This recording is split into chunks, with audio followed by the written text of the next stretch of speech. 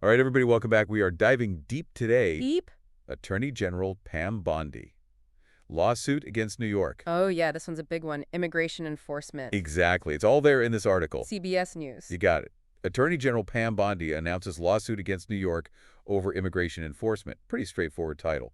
But this is about way more than just one lawsuit, you know. Oh, absolutely. This is about like states' rights. Federal power? The whole shebang. We're talking about like the clash between state and federal government over immigration policy. Huge. So where do we even begin? Well, I think it's important to understand that Pam Bondi, right, she's part of this bigger push by the Trump administration Okay. to crack down on those sanctuary cities. Sanctuary city. So that's what this all boils down to. Basically. But what does that even mean? What is a sanctuary city? So, okay, imagine a city, right?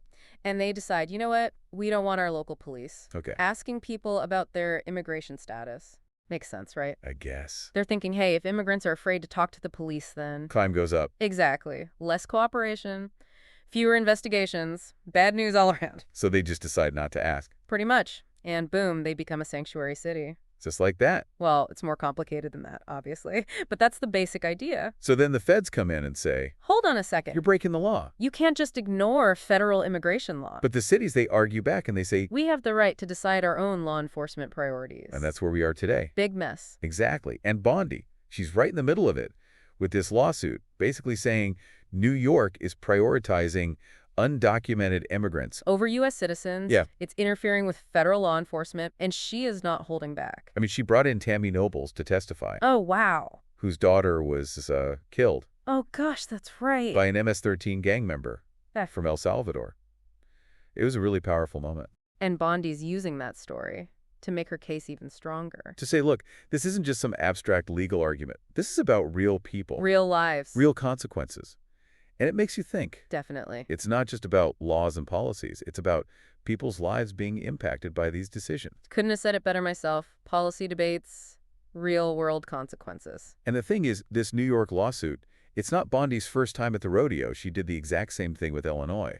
So she's making a habit of this. It seems like she's drawing a line in the sand, you know, saying to these states, hey, if you don't fall in line with the Trump administration on immigration. There will be consequences. Exactly. And she's been doing this from the very beginning.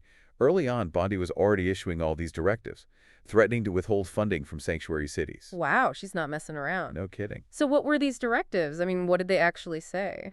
Basically, they were telling state and local authorities, you can't interfere with federal immigration agents. Like, flat out, let them do their jobs. Wow, that's a pretty direct challenge to the idea of local control. Right. And then there's this other memo focusing on cartels, transnational criminal organizations. Oh, this is getting serious. It is. She's talking about total elimination, and she links it directly to immigration enforcement. So she's trying to connect immigration with Organized crime, drug trafficking. It's like she's saying, look, this isn't just about immigration. This is about national security. smart strategy. Isn't it? And then there's Emile Bove, you know, Bondi's acting deputy. He's basically telling all the Justice Department prosecutors Trump's immigration policies are top priority. And get this, he even suggested they could charge officials who get in the way of immigration enforcement. Whoa, hold on. That's a whole other level. Right. Talk about putting the pressure on. So basically, Bondi and the Justice Department, they're using every tool in the toolbox to push their immigration agenda.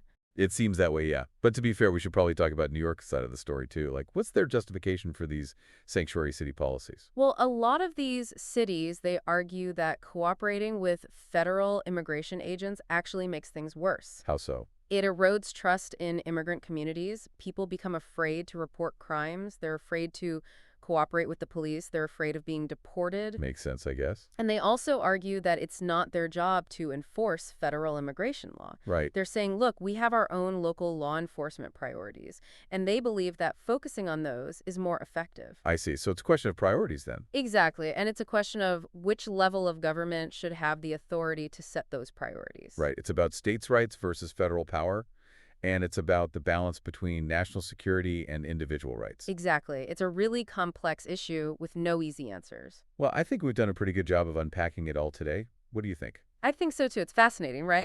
It is. So much to think about. And for our listeners out there, here's something to chew on. How do you think this is all going to play out? Will these lawsuits actually change the relationship between states and the federal government when it comes to immigration? And what does it all mean for the future of the immigration debate here in America? Big questions. Thanks for joining us on this deep dive. We'll see you next time. See ya. TTEE.